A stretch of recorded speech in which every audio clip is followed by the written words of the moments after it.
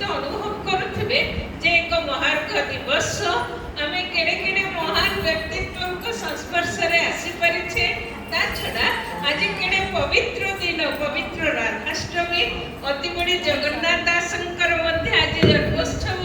ଆଉ ଏଇ ଉପାସନା ସରିବା ବେଳକୁ ଆମେ ଜାଣିବାକୁ ପାଇଲେ ଯେ ପୂଜ୍ୟ ପ୍ରଭାତାନନ୍ଦ ସାରଙ୍କର ମଧ୍ୟ ଆଜି ହେଉଛି ଜନ୍ମଦିନ। ତେଣୁ ଏଇ ଯେଉଁ ମହାନ ବ୍ୟକ୍ତିମାନଙ୍କର ଗହଣରେ ରହି ଆମେ ଭଗବତ କୃପା କେତିକି ପାଇଲେ ଜାଣିନା, କିନ୍ତୁ ସେମାନଙ୍କର ଆଶୀର୍ବାଦ ଯେ ପ୍ରତ୍ୟକ୍ଷ ଭାବରେ ପାଇଲେ ଏହା ନିଶ୍ଚୟ ସମସ୍ତେ ଅନୁଭବ କରୁଥିବେ। ଯାହାକି ସ୍ୱଭାବ କବି ଗଙ୍ଗାଧରଙ୍କ ଭାଷାରେ ମହତ ଆଶ୍ରୟ ମହତ ରହିଲେ ନ ହୁଏ ମହତ ହାନି, ମହାରଣ୍ୟ ବିନା ଆଶ୍ରୟ ନ ନିଏ ମୃଗରାଜ ତାହା ଜାଣି। ତେଣୁ ଏମାନେ ସମସ୍ତେ ଆମେ ସାର୍ଙ୍କୁ, ଅଶୋକ ସାର୍ଙ୍କୁ ପ୍ରଥମେ ଶୁଣିଥିଲେ ଯେ ଜଗାବଳିଆଙ୍କର ଯୋଡ଼ି ମୁଣ୍ଡକୁ ସେ ଅଲଗା କରୁଛନ୍ତି। ସେତେବେଳେ ସେ ଓଡ଼ିଶାର ଅଧିବାସୀ ଭାବେ ଆମେ ସମସ୍ତେ ଗୌରବାନ୍ୱିତ ହୋଇଥିଲେ। ଯାହା ହଉ ଓଡ଼ିଶାର ଏମିତି ଜଣେ ବରପୁତ୍ର ଏପରି ଦୁଃସାଧ୍ୟକୁ ସାଧନ କରିବାକୁ ଯାଉଛନ୍ତି। ଆଉ ତାପରେ ପରେ ସେ ଗର୍ବ ଓ ଗୌରବକୁ ଆହୁରି ଶତଗୁଣିତ କରିଦେଲା ସାରଙ୍କର ପଦ୍ମଶ୍ରୀ ଉପାଧି। ଏ ବର୍ଷ ସାର୍ ପଦ୍ମଶ୍ରୀ ଉପାଧିରେ ଭୂଷିତ ହୋଇଛନ୍ତି। ତେଣୁ ସାରଙ୍କୁ କେତେ ଖୁସି ଲାଗୁଛି ମୁଁ ଜାଣେ ନା, କିନ୍ତୁ ଆମେ ଯେ ଖୁସିରେ ଆତ୍ମହରା ବା ତାହା ଭାଷାରେ ଅବର୍ଣ୍ଣନୀୟ। ଆଉ ତାଙ୍କ ପାଖରେ ଅଛନ୍ତି ରଞ୍ଜନ ଦାସ ସାର୍, ଯାହାଙ୍କୁ ମୁଁ ସବୁଦିନ ପ୍ରତ୍ୟହ ଭାଗବତ କ୍ଲାସରେ ରଞ୍ଜନ ଦାସଙ୍କ ଭାଗବତ ଶୁଣେ, କିନ୍ତୁ କିଏ ସେ ରଞ୍ଜନ ଦାସ ଜାଣିନଥିଲି। ଆଜି ଜାଣିଲେ ସେ କେବଳ ବ୍ୟକ୍ତି ନୁହନ୍ତି, ବରଂ ଜ୍ଞାନର ମାର୍ତ୍ତଣ୍ଡ। ତେଣୁ ଏପରିକି କାର୍ତ୍ତିକେୟ ପାଣିଗ୍ରାହୀ ମହୋଦୟଙ୍କୁ ମଧ୍ୟ ମୁଁ କେବଳ ସେ ଅନଲାଇନ୍ ମାଧ୍ୟମରେ ଭାଗବତ କ୍ଲାସରେ ଜାଣିଥିଲି। ଆଜି ସ୍ୱଚକ୍ଷୁରେ ସେମାନଙ୍କୁ ଦର୍ଶନ କଲି। ତେଣୁ ବହୁ ମହାନ ବ୍ୟକ୍ତିତ୍ୱଙ୍କର ସଂସ୍ପର୍ଶରେ ଆଜି ମୁଁ ଆସିପାରିଲି। ତା ଛଡ଼ା ସାର୍ ଆମକୁ ଟିକକ ପୂର୍ବରୁ କହୁଥିଲେ ଯେ ବାସ୍ତବିକ ତାଙ୍କୁ ଜାଣିବା ପାଇଁ କୌଣସି ଜ୍ଞାନର ପ୍ରୟୋଜନ ନାହିଁ। ତେଣୁ ସ୍ୱୟଂ ବା ଭାଗବତରେ ଭାଗବତକା ଜଗନ୍ନାଥ ଦାସ ମଧ୍ୟ ଶୁଣେଇଛନ୍ତି ଯେ ମୁଜାକୁ ବୁଆଇ ସଦୟ, ଜ୍ଞାନତା ହୃଦୟରୁ ଉଦୟ, ମୋହର ନହିଲେ କରୁଣା, ବ୍ରହ୍ମା ଶଙ୍କର କୁନ୍ତି ବଣା। ତେଣୁ ସେଠି ଆମେ କି ଜ୍ଞାନ ଅର୍ଜନ କରିଛେ ବୋଲି ନିଜକୁ ଜ୍ଞାନୀ ମନେ କରିବା। ତଥାପି ସେଇ ବା ଯାହାକି ଭଗବତ ଗୀତା ଆମକୁ ପ୍ରମାଣ ଦିଏ ଯେ जो मां पश्यति सर्वत्र सर्वं च मयि पश्यति तस्याहं न प्रणश्यामि स च मे न प्रणश्यति। जे मते सबुठी देखे ओ मोर ठारे सबु देखे मु केबे हेले ताठारो अंतर हुए नाही। अंतत आमर सेई भाव आसीबा उचित। जेपरि सारे टिकक पूर्वर कहूथिले भक्त दासियांकर कथा से निजे मध्य जाइनांती गोसाईंक हातरे पठेई देइछंती श्रीफल। आउ गोटे चुक्ति रे जे खाली सेमती थोई देई आसीबनी।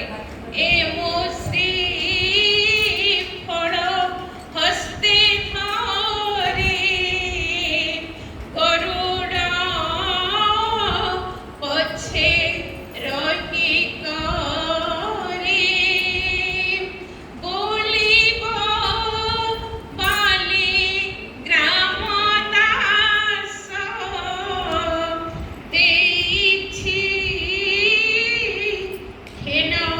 बीता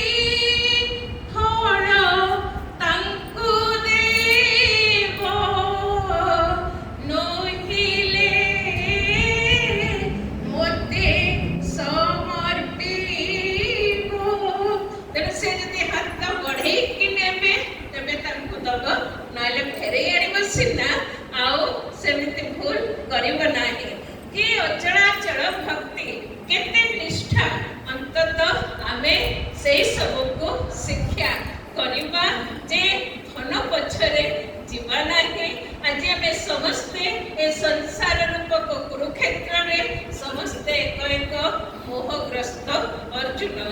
तेणु आमे समस्त प्रार्थना करिबा, हे भगवान हमको जेतिकी धन रे कुटुंब पालिबी सेतिकी दियो हे हरि, निजे न रहिबी उपवास केबे अतिथि न जीवे फेरी।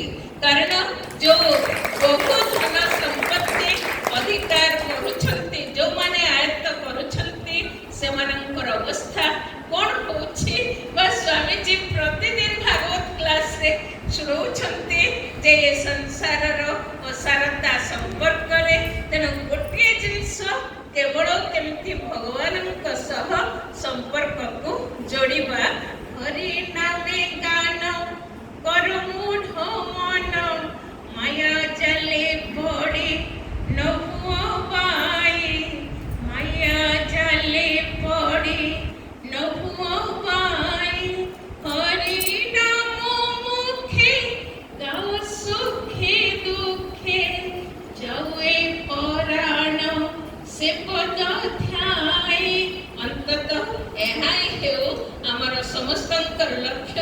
आजिर ए पवित्र दिन रे अंततः आमे समस्ते तांकरे निकटरे समर्पित हेबा। जगन्नाथ जगन्नाथ जगन्नाथ गाई, जाऊए जीवन आन किछि मागु नाही, जाऊए जीवन आन किछि मागु नाही। तेणु संसारी जीव भावरे ए तेल ऋणर संसार रे आमे भूल करिबा स्वाभाविक।